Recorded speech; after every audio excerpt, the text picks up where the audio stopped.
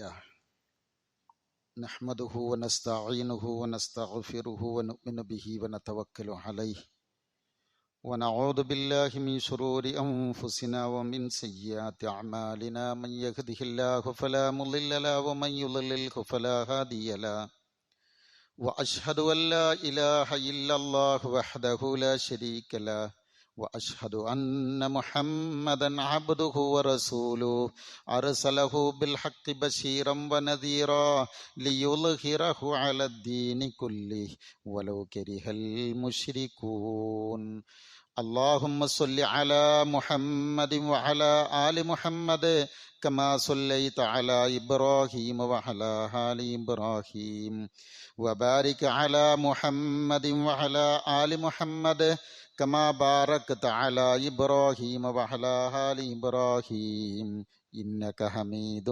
مجيد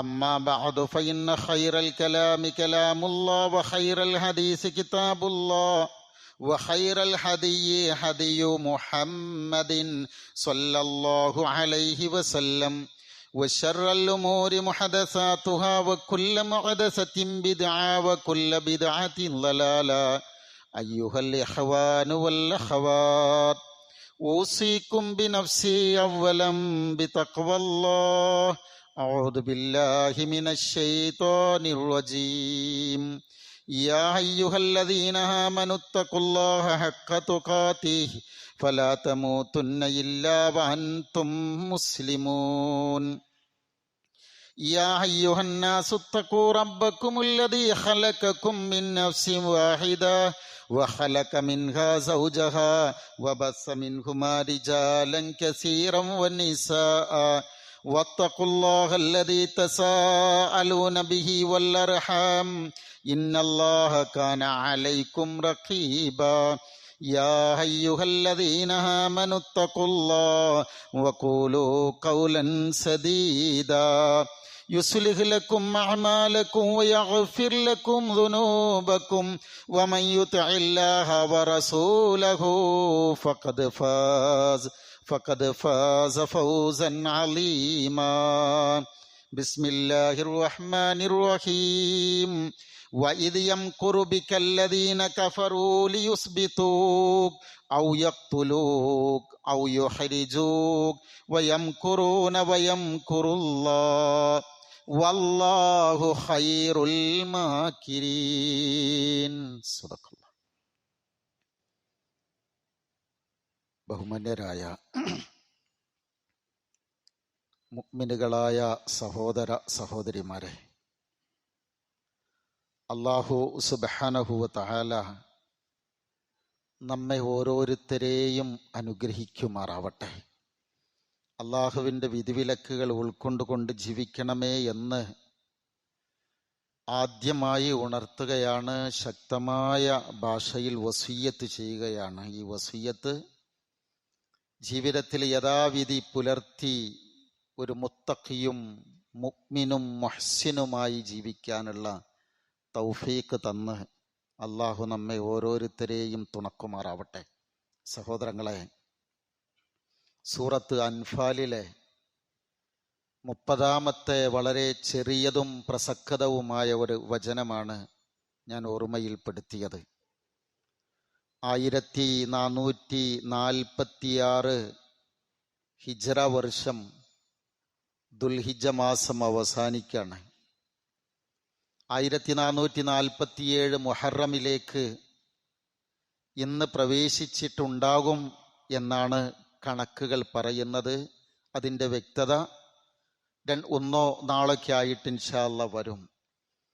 നല്ലൊരു പുതുവത്സരം ആശംസിക്കാൻ വേണ്ടിയാണ് ഇന്നത്തെ നസീഹത്ത് കൊണ്ട് ഉദ്ദേശിക്കുന്നത്.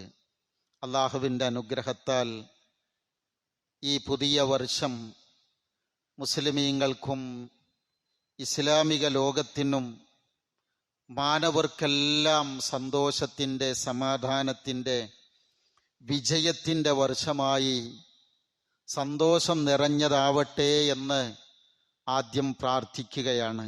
പ്രിയപ്പെട്ടവരെ, നമുക്ക് സ്വന്തമായി ഒരു കലണ്ടർ ഉണ്ടെന്നും ആ കലണ്ടർ ചാന്ദ്രമാസത്തെ അടിസ്ഥാനപ്പെടുത്തിയ ഹിജ്റ കലണ്ടറാണെന്നും അതൊരു വർഷം പിന്നിട്ട് മറ്റൊരു വർഷത്തിലേക്ക് പ്രവേശിച്ചിരിക്കുകയാണ് എന്നും നമുക്കൊരു തിരിച്ചറിവുണ്ടാകണം. കാരണം ഈ കലണ്ടർ എന്ന് പറയുന്നത് ഒരു ദീനി വിഷയമാണ്. ഇന്നാ ഇദ്ദത്ത ശുഹൂരി ഇൻദല്ലാഹി 12 ശഹ്റ ഫീ കിതാബില്ലാഹി യൗമ ഖലഖസ് സമാവാതി വൽ അർള് മിൻഹാ അർബഅത്തുൻ ഹുറും ദാലികദ്ദീനുൽ ഖയ്യിം. അല്ലാഹു പ്രപഞ്ചം സൃഷ്ടിച്ച അന്ന് മുതൽ ഇവിടെ 12 വർഷം അള്ളാഹുവിന്റെ കിതാബിൽ അതാണ്. എന്നിട്ട് പടച്ചോൻ പറയുന്നത് അതിൽ തന്നെ 4 പവിത്രമായ മാസമുണ്ട്. എന്നിട്ട് ആയത്ത് സൂറത്ത് തൗബയിലെ 36-ാമത്തെ വചനം നിർത്തുന്നത് ദാലികദ്ദീനുൽ ഖയ്യിം എന്നാണ്. അപ്പൊ കലണ്ടർ നിസ്സാരമല്ല, അള്ളാഹു നിശ്ചയിച്ചു തന്നതാണ്. തഫ്സീറിന്റെ ഉലമാവ് പറയുന്നത് അത് ലൗഹം മഹ്ഫൂലിലെ രേഖയാണ് എന്നാണ്. അതുകൊണ്ട് തന്നെ ഒരു ഗൗരവമുള്ള വിഷയമാണെന്നാ. നമ്മൾ ഇങ്ങനെ ചിന്തിക്കുമ്പോൾ ഈ ചാന്ദ്രമാസ കണക്കനുസരിച്ച് സൗര്യ വർഷത്തേക്കാൾ ഇതിൽ 11 ദിവസം കുറവ് വരും.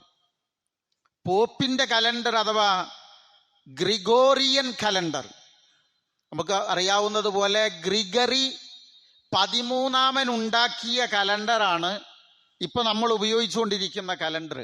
അതിൽ 365 ദിവസമാണുള്ളത്. ഇവിടെ ഹിജ്റ വർഷം നമ്മൾ ചാന്ദ്രിക മാസത്തിലേക്ക് വരുമ്പോൾ അതിൽ 11 ദിവസം കുറയുന്ന വേളയിൽ, അതൊക്കെ ഈ സൂറത്ത് അൽ കഹ്ഫിൽ ഇന്ന് നമ്മൾ ഓതിയെടുത്ത ആ ഭാഗമൊക്കെ പറയുന്നുണ്ട്. ഒരു 10-30 കൊല്ലക്കാലം ജീവിക്കുന്ന ഒരാൾ ഒരു കൊല്ലത്തിലെ എല്ലാ ഋതുക്കളിലൂടെയും അവന്റെ ആരാധനാ കർമ്മങ്ങൾ കടന്നു പോകും. അല്ലേ? ഇപ്പൊ നമ്മൾ നല്ല ചൂടിലാണെന്നുണ്ടെങ്കിൽ കുറച്ചു കാലം കൂടിയും കഴിഞ്ഞാൽ നല്ല തണുപ്പിലായിരിക്കും നോമ്പ് വരിക. അതുകൊണ്ട് തന്നെ ഋതുക്കളെ ആരാധിക്കുന്ന ഒരു അവസ്ഥ ദീനിൽ ഇല്ലല്ലോ. എങ്ങനെയാണ്? നമുക്ക് കുറെ കാര്യങ്ങൾ പഠിക്കാനുണ്ട്. ഈ വർഷത്തിന്റെ തുടക്കത്തിൽ പ്രാർത്ഥനയോടുകൂടി നമ്മൾ മുന്നോട്ട് പോകുമ്പോൾ നല്ല തുടക്കം പാതി വിജയിച്ചതുപോലെയാണ്. എന്ന മുതലാണ് ഈ ഹിജ്റ വർഷം എണ്ണിക്കണക്കാക്കുന്നത്? ഹിജ്റ പോയിട്ടുള്ളത് റബിയുൽ അവ്വലിലാണ്, മുഹറമിലല്ലോ.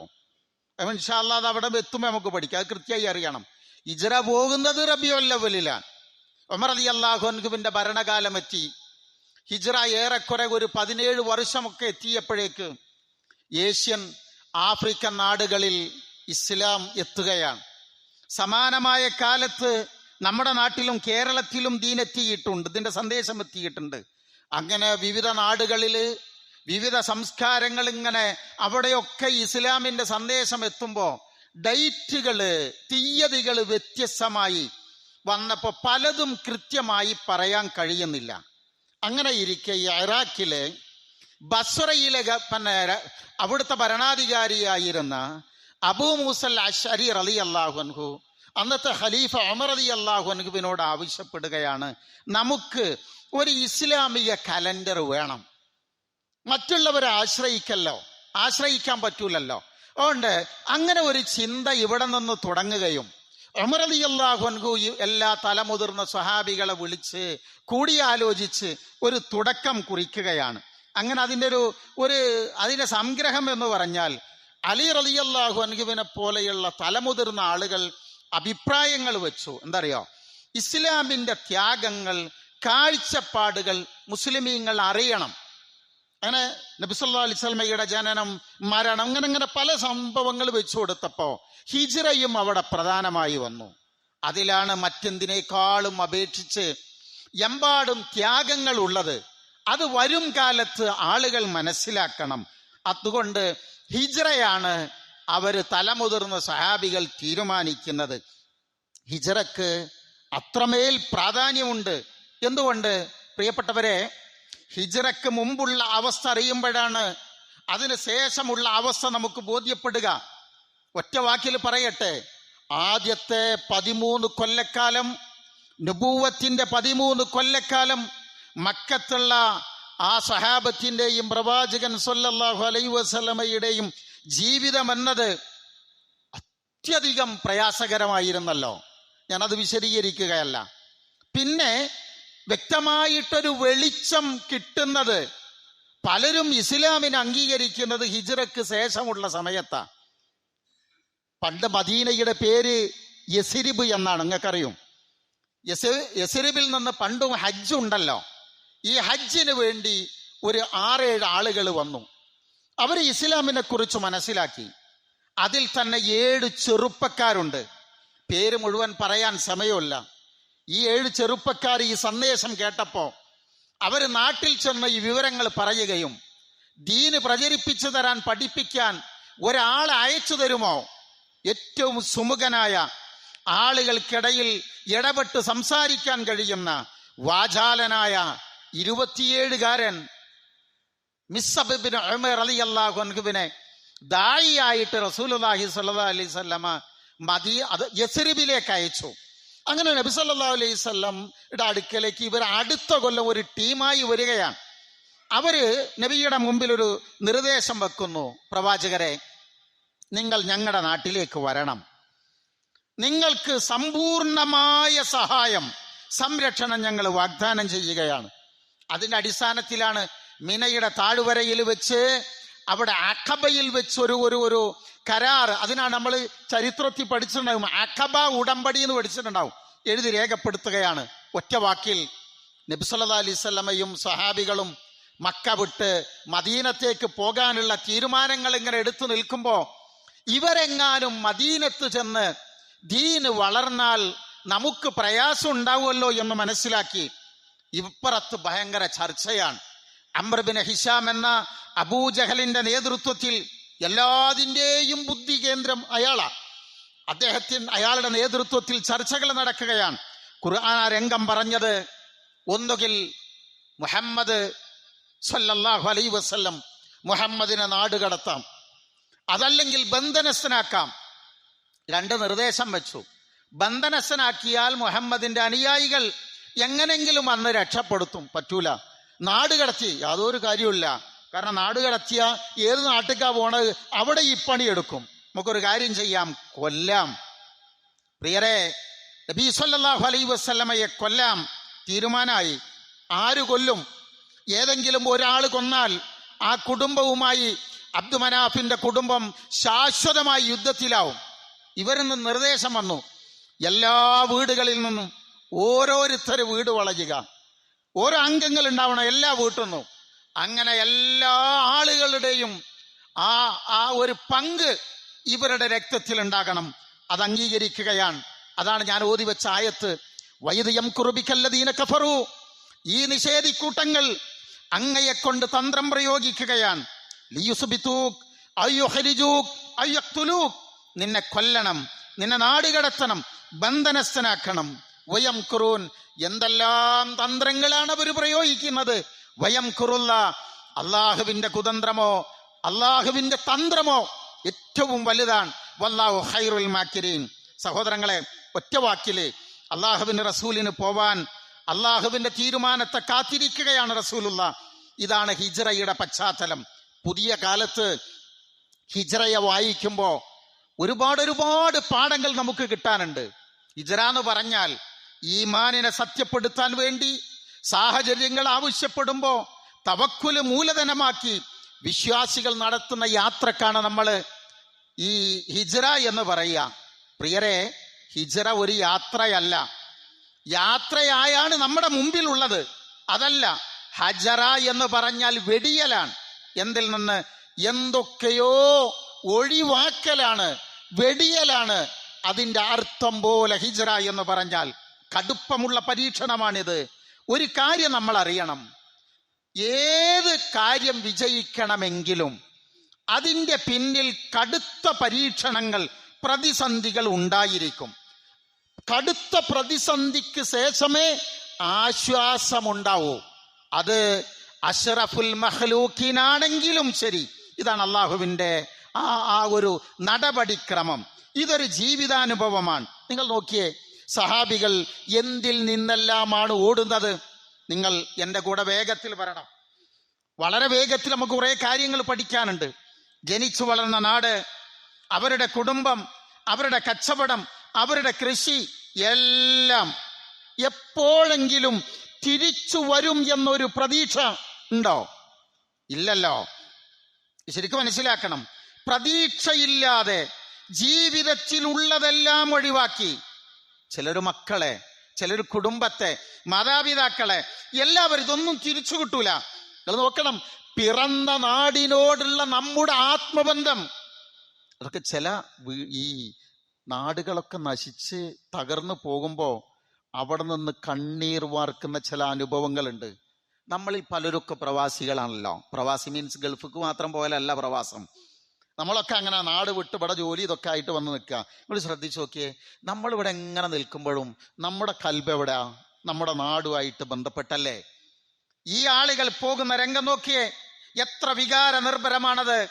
അല്ലാഹുവിന്റെ റസൂൽ സ്വല്ലല്ലാഹു അലൈഹി വസല്ലം വീട്ടിൽ നിന്ന് രാത്രി ഇറങ്ങിയിട്ട് അദ്ദേഹം അങ്ങനെ കഅബത്തേക്ക് തിരിഞ്ഞു നിന്നിട്ട് പറയുന്നുണ്ട്, നിന്നെ പിരിയാൻ എനിക്കിഷ്ടമല്ലോ, പക്ഷെ ഈ നാട്ടിൽ എന്നെ ജീവിക്കാൻ അനുവദിക്കണ്ടേ എന്നാണ്. അത്തരമൊരു പ്രതിസന്ധി തരണം ചെയ്യാൻ ഉള്ള കരുത്ത് ഈ ബതുക്കളായ കാട്ടറബികൾക്ക് എവിടെ നിന്ന് കിട്ടി? ഞാനും നിങ്ങളൊക്കെ ചെറിയ ഒരു പ്രതിസന്ധി ഉണ്ടാവുമ്പോഴേക്ക് വിറക്കുന്നില്ലേ, വിയർക്കുന്നില്ലേ? ഇല്ല സഹോദരങ്ങളെ. ജയിക്കാൻ കാരണം എന്തറിയോ? അത് മാത്രം വേഗത്തിൽ പറയാം. അള്ളാഹുവിന്റെ വാഗ്ദാനത്തിലുള്ള തികഞ്ഞ പ്രതീക്ഷയാണത്. ഒരു പ്രയാസത്തിന് ശേഷം അള്ളാഹു നമുക്ക് തുറവിയും സഹായവും തരും, ഇസ്സത്തോടെയുള്ള ജീവിതം തരും. വകാന ഹഖൻ അലൈനാ നസ്റുൽ മുഅ്മിനീൻ. അള്ളാഹ് നമ്മളെ സഹായിക്കും.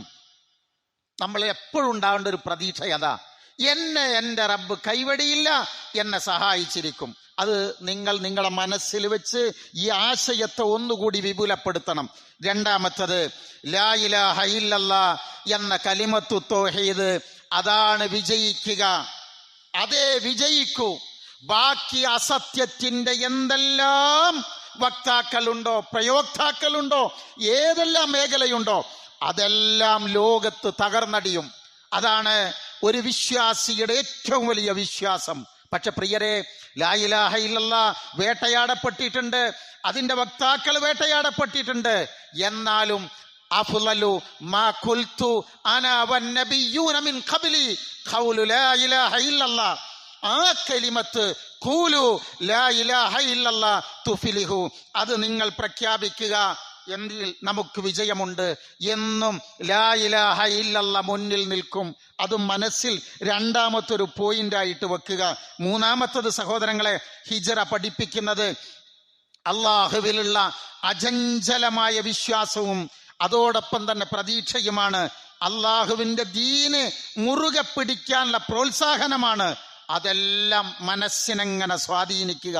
ചരിത്രം നിങ്ങൾക്ക് അറിയില്ലേ? സുഹൈബ് റളിയല്ലാഹു അൻഹു, സഹോദരങ്ങളെ, ചെറുപ്പക്കാരനായി റോമിൽ നിന്ന് വന്ന വളരെ ചെറിയ ആളാ, ഒന്നുമില്ലാതെ വന്ന് ചെറിയ കാലം കൊണ്ട് അതിസമ്പന്നനായി.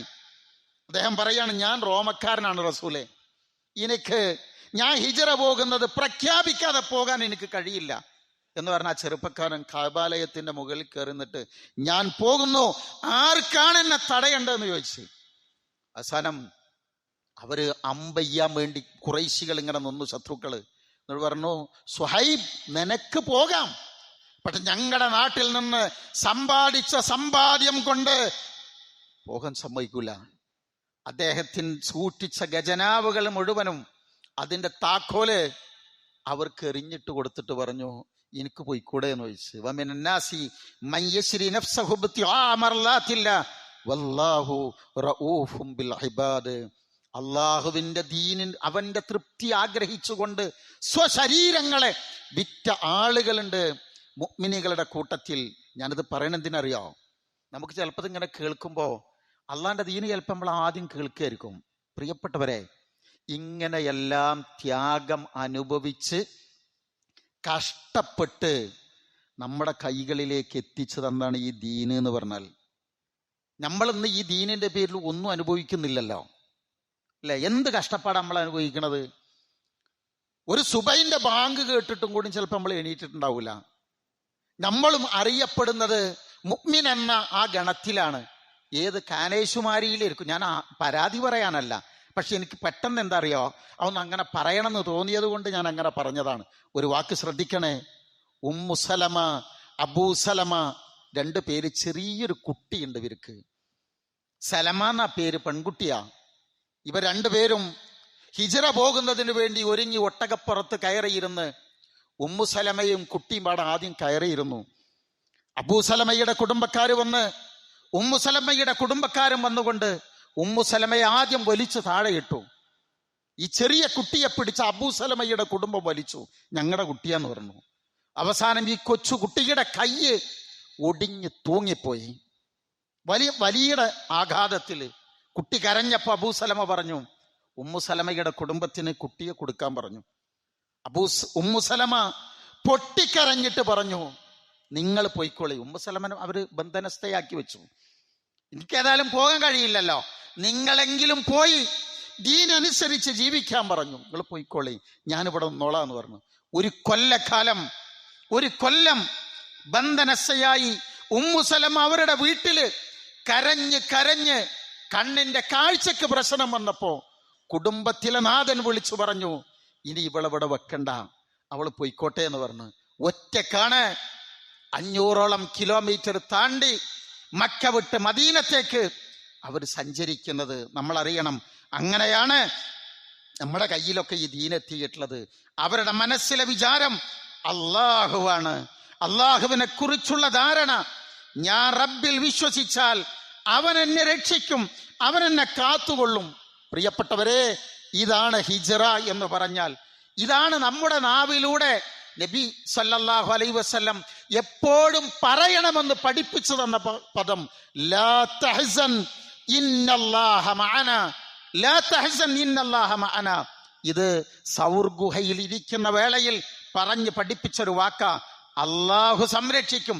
ഞാൻ ആ കഥ പറയുന്നില്ല ഇപ്പോ, അത് പിന്നീടൊരു സന്ദർഭത്തിൽ നമുക്ക് വേണമെങ്കിൽ പറയാം.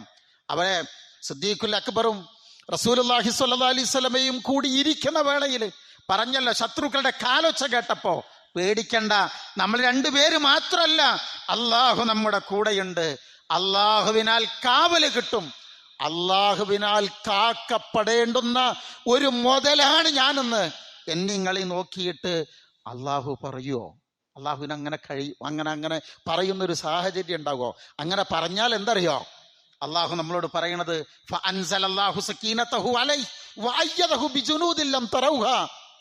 അള്ളാഹു നമ്മുടെ മേൽ സക്കീനത്ത് ഇറക്കും, ശാന്തി ഇറക്കും, സമാധാനമിറക്കും. നമുക്ക് കാണാൻ കഴിയാത്ത ഒരു സൈന്യത്തെ കൊണ്ട് നമ്മെ അള്ളാഹു ശക്തിപ്പെടുത്തും. നിങ്ങൾ ആലോചിച്ച് നോക്കിയേ, മനസ്സമാധാനം, സക്കീനത്ത് അള്ളാഹു നമുക്ക് ഇറക്കിത്തരും. ഇന്ന് നമ്മുടെ നാട്ടില് സമകാലികമായി നമ്മൾ വായിക്കണം ചില സംഗതികള്. മനസ്സമാധാനം എന്നത് ഒരുപാട് ആളുകൾ നമ്മളൊക്കെ കാണുമ്പോൾ പരസ്പരമൊക്കെ പറയാറുണ്ടല്ലോ, സംസാരിക്കുമ്പോഴൊക്കെ പരാതിപ്പെടുന്നത് മനസ്സിനൊരു സമാധാനവും ഇല്ല എന്നുള്ളതാണ്. ഇതെല്ലാവരിലും കാണുന്ന ഒരു സംഗതിയാ. പാവപ്പെട്ടവനിലുണ്ട്, പണക്കാരനിലുണ്ട്, മുതിർന്നവരിലുണ്ട്, കുട്ടികളിലുണ്ട്. ഈ വിഷയത്തിൽ എന്താണ് ഒരു പരിഹാരം? നിങ്ങൾ ശരിക്കും ഈ ഭാഗം പഠിക്കണം. മനസ്സൊരു അത്ഭുതകരമായ ഒരു സംഭവമാണ്. നമ്മൾ കുറെ ഹുത്തുബകളിലൂടെ പഠിച്ച് നമുക്ക് അറിയുകയും ചെയ്യും.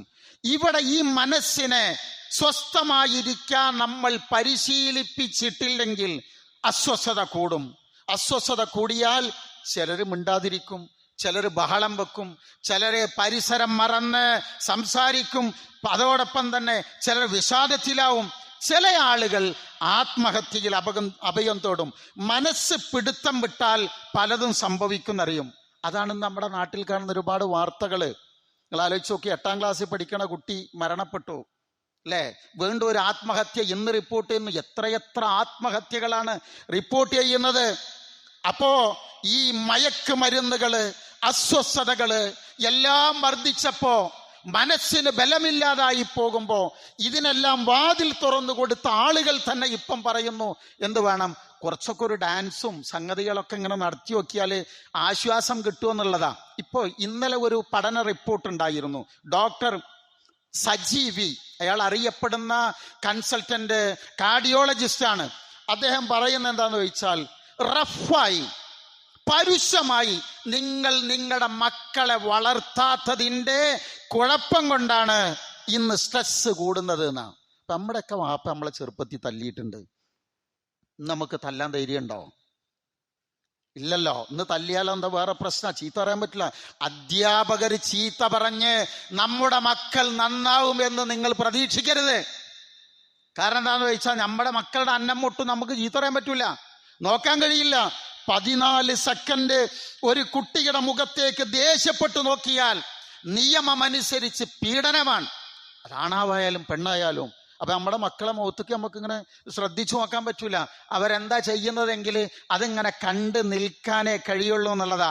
ആത്മഹത്യകൾ മുതൽ സുംബോ ഡാൻസ് വരെ, ലഹരി മുതൽ അസ്വസ്ഥതകൾ വരെ, ആഭാസങ്ങൾ വരെ നമ്മളിന്ന് കണ്ടുകൊണ്ടിരിക്കുകയാണ്. അതിൻ്റെ ആഘാതം 2030 കഴിയുമ്പോഴേക്ക് ലോകാടിസ്ഥാനത്തിൽ ഏറ്റവും അസ്വസ്ഥകരമായ അവസ്ഥ ഉണ്ടാക്കുന്നത് വിഷാദ രോഗമായിരിക്കുന്നതാണ്. ഇപ്പൊ നമ്മൾ എയ്ഡ്സും ഫംഗസ് മറ്റ് രോഗങ്ങളൊന്നും അല്ലല്ലോ. ഏറ്റവും വലിയ മാരക രോഗം എന്ന് പറയുന്നത് ഇനി വിഷാദ രോഗമായിരിക്കും. മുസ്ലിമീങ്ങളായ നമ്മളെ സംബന്ധിച്ചിടത്തോളം ഒരു പ്രശ്നമല്ല. നമ്മുടെ പ്രശ്നങ്ങൾ തീരുമോ?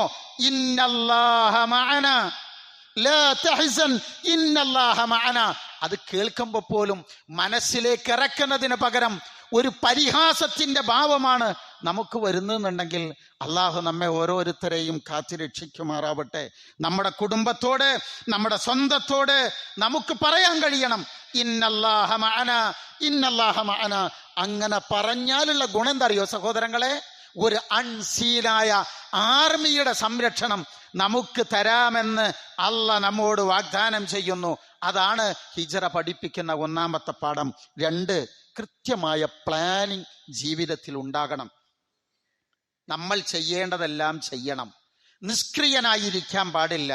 ചെയ്യേണ്ടത് കൃത്യമായി സത്യസന്ധമായി ചെയ്ത് ഏൽപ്പിക്കേണ്ടവനെ ഏൽപ്പിച്ചാൽ അവന്റെ സംരക്ഷണം സഹായം കിട്ടും. നിങ്ങൾ നോക്കിയേ, നിങ്ങൾക്ക് അറിയാത്തതല്ല, ഞാൻ വളരെ വേഗത്തിൽ ഓർമ്മപ്പെടുത്തി തരികയാണ്. ഹിജ്റയ്ക്ക് വേണ്ടിയുള്ള ഒരുങ്ങൽ, തയ്യാറെടുപ്പ് നിങ്ങൾ ആലോചിച്ച് നോക്കിയേ. നബി സല്ലല്ലാഹു അലൈഹി വസല്ലമക്ക് അനുമതി കിട്ടി, ഇന്ന് രാത്രി പോകണം, കൊല്ലാൻ വേണ്ടി വീട് വളഞ്ഞിരിക്കുകയാണ്. അലി റളിയല്ലാഹു അൻഹുവിനെ നേരത്തെ വരുത്തി ആ റസൂലുള്ള കിടക്കുന്ന കിടക്കയിൽ ആ കട്ടിലിൽ കിടത്തി ആ പുതപ്പിട്ട് മൂടി ഒക്കെ റെഡിയാക്കി. എന്നിട്ട് ഏറ്റവും കുറുക്ക് വഴി അബ്ദുല്ലാഹ് ഇബ്നു ഉറൈഖിത്ത് എന്ന് പറയുന്ന അവിടുത്തെ പരിസരങ്ങൾ അറിയുന്ന ഒരു ജൂതവംശന്റെ അടുക്കൽ നിന്ന് വഴികളെല്ലാം സ്വകാര്യമായി അന്വേഷിച്ച് അബ്ദുല്ലാഹ് ഇബ്നു അബീ ബക്കർ എന്ന് പറയുന്ന അബൂബക്കർ സിദ്ദീഖ് റളിയല്ലാഹു അൻഹുവിന്റെ ചെറിയ മോൻ, ആ കുട്ടിയെ കൊണ്ട് അവരെ കാര്യങ്ങൾ ധരിപ്പിച്ചു കൊടുത്ത് വിവരങ്ങൾ എത്തിച്ചു തരാൻ വേണ്ടി പകൽ മുഴുവൻ ഇവിടെ നടക്കും, രാത്രി ആരും അറിയാതെ ഗുഹയിലെത്തും, വിവരങ്ങൾ അറിയിച്ചു കൊടുക്കും. അബൂബക്കർ സിദ്ദീഖ് റളിയല്ലാഹു അൻഹുവിന്റെ 30 വയസ്സ് തികയാത്ത ഒരു മോളുണ്ട്, 27കാരി അസ്മാ ബിൻത് അബീ ബക്കർ. ഹിജ്റ സത്യത്തിൽ പ്രകടിപ്പിക്കുന്നത്, പ്രതിഫലിപ്പിക്കുന്നത് അസ്മാ റളിയല്ലാഹു അൻഹയുടെ ജീവിതമാണ്. അവരുടെ ചരിത്രം സത്യത്തിൽ നമ്മൾ പഠിക്കണം. അവരാണ് ഭക്ഷണം കൃത്യമായി എത്തിക്കുക.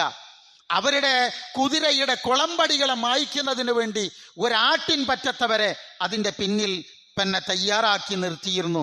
ഇങ്ങനെ എല്ലാം മദീനത്തെത്തിയ പാടെ അവിടുത്തെ പ്രബലരായ മതവിഭാഗങ്ങളുമായി നബി സല്ലല്ലാഹു അലൈഹി വസല്ലം കരാറിൽ ഏർപ്പെട്ടു, എല്ലാം ചെയ്തു. എന്നിട്ട് പടച്ചവനോട് സഹായം ചോദിച്ച് എന്താ അത് പഠിപ്പിക്കണമെന്നറിയാമോ? 1 കൊല്ലം തികയുന്നതിന് മുമ്പാണ് ബുറാഖ് എന്ന ഒരു വാഹനത്തിന്റെ മുകളിൽ മക്കയിലെ മസ്ജിദുൽ ഹറമിൽ നിന്ന് മസ്ജിദുൽ അഖ്സ വരെ 2 മാസക്കാലം വഴിദൂരം നടക്കേണ്ടത് സെക്കൻഡുകൾ കൊണ്ട് പ്രകാശ വേഗതയിൽ കൊണ്ടുവന്നാണ് പടച്ചോൻ. ആ പടച്ചോന് ബുറാഖിന്റെ മുകളിൽ അള്ളാന്റെ റസൂലിനെ മക്കത്തുനിന്ന് മദീനത്ത് കൊണ്ടുപോയിക്കൂടെയിരുന്നോ? കൊണ്ടേയില്ലല്ലോ. എന്താ കാരണം? ഒരു സംഗതിയുടെ വിജയത്തിന്റെ പിന്നിൽ നമ്മുടേതായ അധ്വാനങ്ങൾ ഉണ്ടാകണം. അധ്വാനങ്ങൾ, നമ്മൾ വൈതരണികൾ താണ്ടണം. എന്നിട്ട് ഏൽപ്പിക്കേണ്ടവനെ ഏൽപ്പിക്കണം. അള്ളാഹുവിന്റെ സഹായം തരും. മാത്രമല്ല, ഹിജ്റ പഠിപ്പിക്കുന്ന ഒരുപാട് ധാർമ്മിക മൂല്യങ്ങളുണ്ട്. വിശ്വസ്തയുടെ പ്രാധാന്യം അവിടെ നമുക്ക് കാണാം. നോക്ക്, നബിനെ ആ ശത്രുക്കളൊക്കെ എതിർത്തിരുന്നു, കൊല്ലാനാ വന്ന് നിൽക്കണ്. പക്ഷെ ഈ നിൽക്കുന്ന മനുഷ്യന്മാരുടെ പല മുതലുകളും ഏൽപ്പിച്ചു കൊടുത്തിട്ടുള്ളത് നബിന്റെ വീട്ടിലാ. നമ്മൾ ഈ പണ്ട് ആളുകൾക്കൊരു സ്വഭാവം ഉണ്ടായിരുന്നു, ബാങ്കൊക്കെ ഇത്ര സിസ്റ്റം വരുന്നതിന് മുമ്പ് വലിയ വലിയ നമ്മുടെ വിശ്വസ്തരായ പണക്കാരെ മുതലാളിമാരുടെ ഒക്കെ കയ്യിൽ കൊണ്ടുപോയിട്ട് നമ്മൾ പൈസ കൊടുക്കും. എന്ന പോലെ ഇവരുടെ ഏറ്റവും മൂല്യമുള്ള വസ്തുക്കൾ ഹബീബായ റസൂലിന്റെ വീട്ടിലാണ് വെച്ചിരുന്നത്. ഇവരെ നബി പോയി എന്നറിഞ്ഞപ്പോ ആദ്യം പേടിച്ചെന്തറിയോ, ഈ മുതലൊക്കെ പോയോ എന്നുള്ളതാ. പക്ഷെ നബി സല്ലല്ലാഹു അലൈഹി വസല്ലം എന്തറിയോ, തന്നെ കൊല്ലാൻ നിൽക്കുന്നവരുടെ ഈ ഏൽപ്പിക്കപ്പെട്ട മുതൽ മുഴുവനും അലി റളിയല്ലാഹു അൻഹുവിന്റെ കയ്യിൽ ഏൽപ്പിച്ച്, ഇതാ ഇന്ന ആളുകളൊക്കെ ആ നിൽക്കുന്ന ചെങ്ങായിന്റെ ഒക്കെ മുതലാണിത്, ഇത് നാളെ നേരം വെളുക്കുമ്പോ ഏൽപ്പിച്ചു കൊടുക്കണം എന്നുള്ളതാണ്. സഹോദരങ്ങളെ, 3 കാര്യങ്ങൾ അവിടെ നീതി പ്രവർത്തിക്കുന്നതിന് നിങ്ങൾക്ക് ഒരു തടസ്സവും വരരുത്.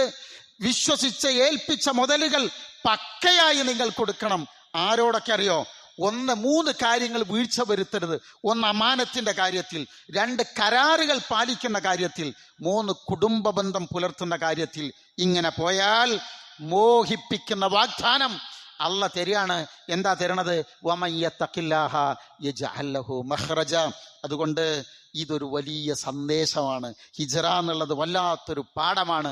ഓരോ ഗുണപാഠങ്ങളിലൂടെയും നമ്മൾ മുന്നോട്ട് പോകണം. ജീവിതത്തിൽ നമുക്ക് പാഠങ്ങൾ പഠിക്കാനുണ്ട്. നമ്മൾ ജീവിക്കുന്നത് അത്ര സുഖകരമായ ഒരു ലോകത്തൊന്നുമല്ല. എന്നാലും സമാധാനത്തോടു കൂടി പോകാൻ ഈമാൻ കൈമുതലായിട്ട് വേണം. നല്ലപോലെ പ്രാർത്ഥിക്കണം.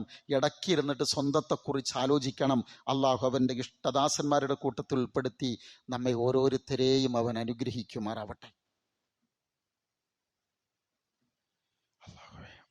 ബിസ്മില്ലാഹി വൽഹംദുലില്ലാഹ് വസല്ലല്ലാഹു അലാ നബിയ്യിനാ വഹബീബിനാ മുഹമ്മദിൻ വഅലാ ആലിഹി വസഹബിഹി അജ്മഈൻ. അമ്മാ ബഅദ്. യാ അയ്യുഹല്ലദീന ആമനു തഖുല്ലാഹ ഹഖ്ക തുഖാതിഹി വലാ തമൂതുന്ന ഇല്ലാ വഅൻതും മുസ്ലിമൂൻ. പ്രിയപ്പെട്ടവരെ, അള്ളാഹുവിൻ്റെ വിധിവിലക്കുകൾ ഉൾക്കൊണ്ടുകൊണ്ട് ജീവിക്കണമേ എന്നൊരിക്കൽ കൂടെ ഉണർത്തുകയാണ്, വസിയ്യത്ത് ചെയ്യുകയാണ്. അള്ളാഹു അതിന് നമുക്കെല്ലാം തൗഫീക്ക് നൽകുമാറാവട്ടെ. സഹോദരങ്ങളെ, നമ്മുടെ ആയുസ്സിൽ നിന്ന് അള്ളാഹു നമുക്ക് കണക്കാക്കിയ കൃത്യമായ ഒരു വർഷം പിന്നിട്ട് കഴിഞ്ഞു. മരണത്തിലേക്ക് നമ്മൾ അത്ര കൂടി അടുത്തു. സമയം വളരെ കുറവാണ്. ഇടക്ക് നമ്മളൊക്കെ ആലോചിക്കണം. കുറേ പറയാൻ സമയമില്ല. ഞാൻ ആർക്ക് വേണ്ടിയാണ് ജീവിക്കുന്നത്? നമ്മൾ മരിച്ചാൽ ഈ ലോകത്ത് ആർക്കാണ് നഷ്ടം? ഇത് മാത്രം ആലോചിച്ചാൽ മതി. നമ്മൾ ആർക്കാ ജീവിക്കണത്? നമ്മൾ മരിച്ചാൽ ലോകത്ത് ആർക്കാ നഷ്ടം? ആർക്കും നഷ്ടം ഉണ്ടാവില്ല. അങ്ങനെ വലിയ നഷ്ടം പെടുന്നൊന്നും നിങ്ങൾ ആരും വിചാരിക്കുകയും വേണ്ട. നിങ്ങൾ നോക്കിയേ, നമ്മൾ മരിക്കേണ്ട ദിവസം ജനിക്കുന്നതിന് മുമ്പ് ഉമ്മയുടെ ഗർഭാശയത്തിൽ വെച്ച് 42ാമത്തെ നാളിൽ ഉറപ്പിച്ച് 1.5 സെന്റിമീറ്റർ വലിപ്പം പോലും എത്താത്ത, എന്ന് വെച്ചാൽ ഒരു പുഴുവിൻ്റെ വലിപ്പം പോലും ഇല്ലാത്ത ദുർബലനായിരിക്കുന്ന ഒരു ഘട്ടത്തിൽ തീരുമാനിക്കപ്പെട്ടു വന്നവരാണ് നമ്മൾ. നമ്മുടെ ഡേറ്റ് ഓഫ് ബർത്ത് ഒന്ന് മനസ്സിൽ കണ്ടിട്ട് നമ്മൾ ശരിക്കും ഇങ്ങനെ ആലോചിച്ച് നോക്കിയേ. നമ്മൾ ഈ ജീവിതത്തിൽ എന്തെല്ലാം നേടി എന്നൊക്കെ ചോദിച്ച് നമ്മുടെയൊക്കെ പ്രാർത്ഥനകൾ ഒന്നാണ്, ആയുസ് തരണേ എന്നുള്ളതാണ്. അങ്ങനെ പ്രാർത്ഥിക്കാൻ ഒരു കുഴപ്പമില്ല. പക്ഷെ നന്മ കൂടി വർദ്ധിപ്പിച്ച് തരണേന്ന് എപ്പോഴും പ്രാർത്ഥിക്കണമെന്നുള്ളൂ. ഈ ആയുസ്സിനിടക്ക് ഒരു കുറച്ചു കാലം ജീവിച്ച നമ്മളൊക്കെ നമ്മൾ എന്ത് നേടി, എന്തൊക്കെ ചെയ്തിട്ടുണ്ടെന്ന് ആലോചിച്ചാൽ നിങ്ങൾ നോക്കിയേ. എൻ്റെ അവിടെയൊക്കെ പ്രായമുള്ളവർ ഒരു 10 സെന്റ് സ്ഥലം വാങ്ങിയിട്ടുണ്ട്, ഒരു ചെറിയ വീട് ഉണ്ടാക്കിയിട്ടുണ്ട്, നമുക്ക് മക്കളുണ്ടായിട്ടുണ്ട്, നമ്മുടെ മക്കളെ കെട്ടിച്ചിട്ടുണ്ട്, ഉയർന്ന നിലയിലെത്തിച്ചിട്ടുണ്ട്, എല്ലാവരെയും സുരക്ഷിതരാക്കിയിട്ടുണ്ട്. നമ്മുടെ ആസ്തി ഒന്ന് കണക്കാക്കി നോക്കിയാൽ നമുക്ക് ഇന്നതിന്നൊക്കെ കിട്ടും. പക്ഷേ എൻ്റെ പരലോകം ഞാൻ സുരക്ഷിതമാക്കിയോ? അങ്ങനെ ആലോചിച്ചിട്ട് മാത്രം എണിച്ചു പോയാൽ മതി. എല്ലാ ചിരിയും അപ്പം അവസാനിച്ചോളും. നമ്മുടെ വയസ്സ് കണക്കാക്കി ഉപയോഗപ്പെടുത്തിയത് എങ്ങനെയെന്ന് ചിന്തിച്ചാൽ ഇവിടെ തന്നെ നമ്മൾ അസ്വസ്ഥപ്പെടും. സഹോദരങ്ങളെ, 2 കാര്യങ്ങൾ മാത്രമേ സൂചിപ്പിക്കുന്നുള്ളൂ. ഒന്ന്, നമുക്ക് 2 സമാധാനമുണ്ട്. ഒന്നെന്തറിയോ, എൻ്റെ ജീവിതത്തിൽ വലിയ വലിയ തകരാറുകളൊന്നും കഴിഞ്ഞ ദിവസങ്ങളൊന്നും വന്നിട്ടില്ല, കഴിഞ്ഞ കൊല്ലം വന്നിട്ടില്ല എന്ന് സമാധാനിക്കുന്ന പല ആളുകളുണ്ടാവും. നമ്മളൊക്കെ ചിലപ്പോൾ അങ്ങനെ ഉണ്ടാവും എന്ന് വെക്കുക. പക്ഷെ നമ്മൾ ചിന്തിക്കേണ്ട ഒരു കാര്യം, എൻ്റെ ഇന്നാലിന്ന പ്രവർത്തനങ്ങൾ കൊണ്ട് അള്ളാഹു എന്നെ തൃപ്തിപ്പെട്ടിരിക്കും, അള്ള എന്നെ ഇഷ്ടപ്പെട്ടിരിക്കും എന്ന് പറയാൻ കഴിയാവുന്ന എത്ര പ്രവർത്തനങ്ങൾ ഈ കഴിഞ്ഞ ദിവസം നമ്മുടെ അടുത്ത് വന്നിട്ടുണ്ടാവും അല്ലേ? രണ്ടാമത്, ചിലതൊക്കെ ഓർക്കുമ്പോൾ എനിക്ക് പറയാൻ പാടില്ലാത്ത, ചെയ്യാൻ പാടില്ലാത്ത പലതും സംഭവിച്ചു പോയോ റബ്ബേ എന്ന് ജീവിതത്തിൽ വന്ന് ഒരു ബേജാറുണ്ടാക്കാവുന്ന എന്തെങ്കിലും ഉണ്ടോ? അതുകൊണ്ട് സഹോദരങ്ങളെ, ഒറ്റ വാക്കുകൂടി, നമ്മുടെ ജീവിതം എന്ന് പറഞ്ഞാൽ സമയമാണ്. അള്ളാഹുവിലേക്ക് നമ്മൾ ഓടുക, അള്ളാഹുവോട് ആവശ്യപ്പെടുക. അല്ലാഹുമ്മ ഇന്നി അസ്അലുക തൗഫീഖൻ ഫിഅലൽ ഖൈറാത്ത് വതർക്കൽ മുൻകറാത്ത്. പടച്ചവനെ, ജീവിതം കൊണ്ട് നന്മ ചെയ്യാനുള്ള തൗഫീഖിനെ തരണം, തെറ്റുകളിൽ നിന്ന് മാറി നിൽക്കാനുള്ള തൗഫീഖും തരണം എന്ന് നമ്മൾ അള്ളാഹുവോട് എപ്പോഴും തേടിക്കൊണ്ടിരിക്കുക. അള്ളാഹുവിലേക്ക് ഓടുക. ഫഫിറൂ ഇലല്ലാഹ്, ഓടുക. എല്ലാ കുതന്ത്രങ്ങളും ലോകത്ത് പരാജയപ്പെടും. അള്ളാഹുള്ള വിശ്വാസം, അതാണ് നമ്മുടെ വിജയം. അതിനുവേണ്ടി ശക്തമായി അള്ളാഹുവിനോട് ആവശ്യപ്പെട്ടുകൊണ്ട് ജീവിതത്തെക്കുറിച്ച് ഇടക്കിടക്കൊക്കെ ഒന്നൊരു ആത്മപരിശോധന നടത്തി മുന്നോട്ട് പോകാൻ ശ്രമിക്കുക, പ്രാർത്ഥിക്കുക. അള്ളാഹു സുബ്ഹാനഹു വ തആല അവൻ്റെ ഇഷ്ടദാസന്മാരുടെ കൂട്ടത്തിൽ ഉൾപ്പെടുത്തി നമ്മെ ഓരോരുത്തരെയും അവൻ അനുഗ്രഹിക്കുമാറാവട്ടെ. അള്ളാഹുവേ, നിന്റെ കാരുണ്യത്തിൻ്റെ ചിറകിനടിയിൽ കഴിഞ്ഞുകൂടാൻ സൗഭാഗ്യം ലഭിക്കുന്നവരുടെ കൂട്ടത്തിൽ ഞങ്ങളെ ഉൾപ്പെടുത്തി അനുഗ്രഹിക്കണമേ അല്ലാ. അള്ളാഹുവേ, അവസാനം സങ്കടപ്പെട്ട് മരിക്കേണ്ടി വരുന്ന മരണം ഞങ്ങൾക്കാർക്കും, ഞങ്ങളുടെ കുടുംബങ്ങൾക്കും, ഞങ്ങളുടെ ഉമ്മത്തിനും നീ തരരുത് റബ്ബേ. അള്ളാഹുവേ, സ്വർഗം കണ്ട് അതിലേക്ക് ക്ഷണിക്കപ്പെട്ട് മരിക്കാൻ ഞങ്ങൾക്ക് ഓരോരുത്തർക്കും നീ തൗഫീക്ക് നൽകണമേ തമ്പുരാനെ. അള്ളാഹുവേ, നീ ശിക്ഷിക്കപ്പെടുന്ന ഹതഭാഗ്യരിൽ ഞങ്ങളെ ആരെയും ഉൾപ്പെടുത്തരുത് തമ്പുരാനെ. അള്ളാഹുവേ, നരകത്തിന്റെ മുമ്പിൽ നിർത്താതെ സ്വർഗത്തിന്റെ മുമ്പിൽ നിർത്തി ഞങ്ങളെ ഓരോരുത്തരെയും നീ സന്തോഷിപ്പിക്കണമേ അള്ളാഹുവേ. അള്ളാഹുവേ, സകലമാന മുസീബത്തുകളിൽ നിന്ന് ഞങ്ങളെ, ഞങ്ങളുടെ കുടുംബത്തെ, ഉമ്മത്തിനെ നീ കാത്തു രക്ഷിക്കണമേ തമ്പുരാനെ. ഈമാനോടുകൂടി ലാ ഇലാഹ ഇല്ലല്ലാഹ് എന്ന കലിമത്ത് തൗഹീദ് ഉച്ചരിച്ച് നിന്നെ കണ്ടുമുട്ടാൻ സൗഭാഗ്യം ലഭിക്കുന്നവരുടെ കൂട്ടത്തിൽ ഞങ്ങളെ ഉൾപ്പെടുത്തി നീ അനുഗ്രഹിക്കണമേ അല്ലാ. അല്ലാഹുമ്മ ഗഫിറിൽ മുഅ്മിനീന വൽ മുഅ്മിനാത്ത് വൽ മുസ്ലിമീന വൽ മുസ്ലിമാത്ത് الأحياء منهم والأموات إنك مجيب الدعوات يا قاضي الحاجات. ربنا اغفر لنا ولإخواننا الذين سبقونا بالإيمان ولا تجعل في قلوبنا غلا للذين آمنوا ربنا إنك رؤوف رحيم. اللهم أجرنا من النار. اللهم أعز الإسلام والمسلمين وأذل الشرك والمشركين ونجنا من القوم الظالمين. ربنا هب لنا من أزواجنا وذرياتنا قرة أعين واجعلنا للمتقين إماما.